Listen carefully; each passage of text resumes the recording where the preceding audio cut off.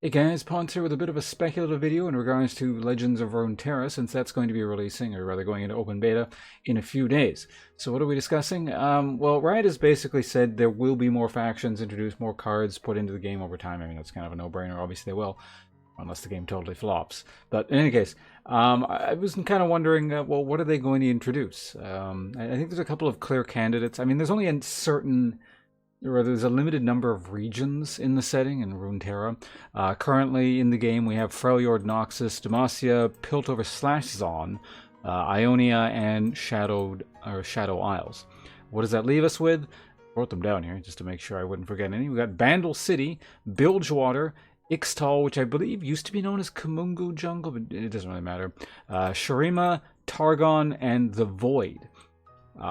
Also of note, Zon and Piltor, I think, are sort of the same thing. It's like a split city between high class and low class or something. They're listed as separate on the League of Legends website, but they've been put together here for the sake of the game. Maybe this is a future discussion, I don't know, but maybe they'll split that up, and then the Bandle City is semi-associated with them, or it really doesn't matter. Maybe we'll talk about that later. But yeah, in terms of what is going to come next, like the first thing Riot will put into this game, it kind of like, according to at least the thumbnail I've already made for this video, I don't know what the title will be, my guess would probably be Shurima, but that depends on sort of context quite a bit. I'm not sure how much development has gone into this game and how much Riot has done off in the background. That hasn't been put into the beta yet and all that. So obviously I can't make any kind of definitive judgment call. I wouldn't put money on this per se, but if I had to make just a total blind guess, I feel like Shurima is probably a pretty easy pick for at least the first thing they want to put into the game.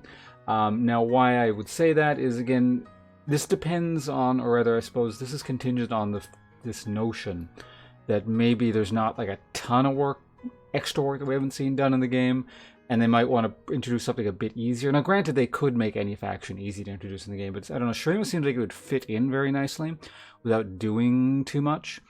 For example, like I could see way down the line, Bilgewater being something very different and having like really different creative mechanics added in. If the game takes off and it's kind of like, maybe kind of almost a gimmicky, jokey kind of set, a bit like Hearthstone did something like that with like gnomes or something, didn't they? I don't remember. Some kind of Gadget Zan expansion. Obviously, maybe that doesn't make sense to people, but it made sense in my head. Alternatively, like I could also see the Void, for example, being the first thing being released, but that also seems like a thing they could introduce as like a major thematic push, like a big threat coming in that alters all the other factions, and you could have like Void champions from a bunch of regions. For example, like Cassidon and who's her face, Gun Lady. It doesn't matter. I think they're originally from Demacia, so they could be Demacia champions, but Void, and then like for Shurima, if that is the first thing they introduce, they put in Rek'Sai, just kind of stuff like that. Maybe there's a lot of tie-in. But maybe, I don't know, it might be for a release, when Riot finally fully officially releases the game. Maybe if they want to do a huge event, the Void might be a good option for that, assuming they're willing to take a bigger risk in introducing like crazy new weird mechanics. Although I could also see the Void being somewhat, and this is why I didn't necessarily think it would be first to be put in. I could see there being just a lot of overlap with Shadow Isles. It's kind of like this, I don't know, threatening outer thing that's going to, I don't know, just sort of be the big bad, the outside big bad to all the other factions, and kind of have this relentless minions theme to it. But of course, they can do really anything, so who knows. But anyway, getting back to Shurima, why do I think Shurima might be kind of a natural fit right into the game? Like, it actually gets to the point where I think it could be too close to either Demacia or Noxus. But then again, Demacia and Noxus are already in. They've done those fairly differently. Demacia is kind of more similar, at least in Magic terms, kind of like, I guess, a solid stats, white soldier, maybe even an angel deck kind of thing. Obviously, it's not limited to this. I'm very, very much generalizing. Noxus is much more kind of like feels more like a red aggro deck kind of thing. So why do I think Shurima? Because Shurima kind of has sort of, at least by my estimation, a very, what I think would be iconic to it would be sort of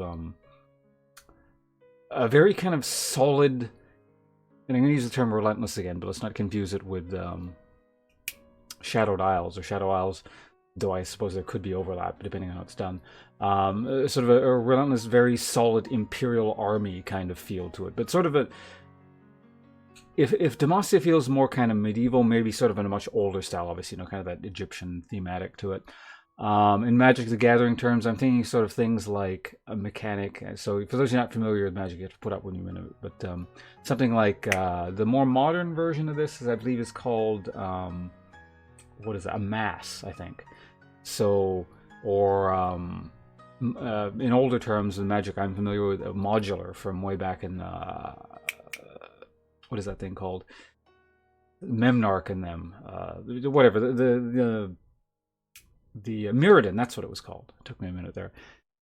So kind of like this almost undying army kind of feel that kind of keeps coming forward, but a little distinguishing itself from Shadowed Isles, sort of it keeps coming back style army. You know, there's obviously a lot of champions you can work with, different archetypes. With Shurima, I would feel like Azir, I call him Azir because I like the sound of it better, but I know he's called Azir. I think Nasus would pretty much be a shoo-in. Like he's pretty iconic of the region, but you know, obviously there's more things you can work with, like Crocodile Man, Nasus, and stuff like that. So who knows? And of course, if you do that, I feel like if you, oh, I should also mention, right, the other thing they said, when they introduce new factions, what they're most likely going to do is put in champions for other regions or pre-existing regions. So if you put in Shurima, then you could maybe across the board introduce other champions with a very imperial leadership kind of theme to it. So for example, if Azir is the pinnacle of, or at least was the pinnacle of Shurima, and I suppose the region playstyle archetype kind of revolves around sand soldiers and that kind of stuff a bit. You know, every region still has, or most regions have a kind of a leader-like person they could put in. For example, Demacia could be like Jarvan. They haven't put him in yet. Piltover, Zon. Actually, I don't remember who runs that. That's like, there's some sort of Chem Baron council or something, right? I think Singe is considered relatively important in that hierarchy. Oh. Ionia has Aurelia. Shadow Isles could do Mordekaiser, or down the line, you know, for champions, maybe it'll be released by then, kind of thing, or champions that's not even in league yet, maybe like a Ruined King champion. That could be neat. Comes out in Legends of Runeterra first. What do we got? Demacia or Noxus could do Swain. Freljord, like the sort of de facto leader is, I think, Ashe, but she's already in the game, so maybe do something like, I mean, there's various faction leaders, like, who's there? I think Sejuani's like a faction leader up there. There's also, what's it, Lysandra. But, I don't know, I feel like if Lysandra were to be added, she kind of with this ominous evil theme, even though she does fit that Imperial leader archetype kind of thing. She might be the kind of thing they might want to add in with the Void, but who knows. Also, maybe something I want to touch up on. Oh, I guess, you know, before we move on to that, again, theoretically, any faction I could see sort of making it in out of Bandle City, Bilgewater, Ixtal, maybe Ixtal the least. I think that's the least fleshed out of the regions. Shurima, Targon, the Void. Like, any of those could make sense, but I don't know, it just kind of feels like Shurima is the safe pick. If Riot wants to just go, well, we got a solid game here, we want to put in something into the game that will make sense and not rock the boat too much, kind of thing. I could see, again, Shurima is, like, in my mind, a safe pick to add in, but it depends on what strategy Riot wants to go with, I suppose. And before we end things here, one thing I do want to touch upon quickly is I could also see them doing a rework somewhere way down the line where they split up Zon and Piltover.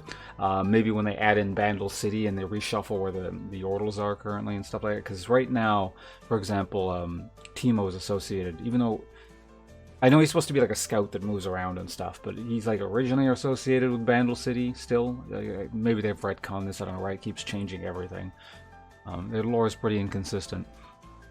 But And I know Heimerdinger is also Freljord, or not Heimerdinger from Freljord though. Heimerdinger from Piltover Zahn. I know he does, like, he is actually associated with there now, but you know, Yordle tie-in kind of thing. So maybe we'll see that. I feel like that might be a thing way down the line, or maybe they'll just leave it in and then add in Battle City on its own.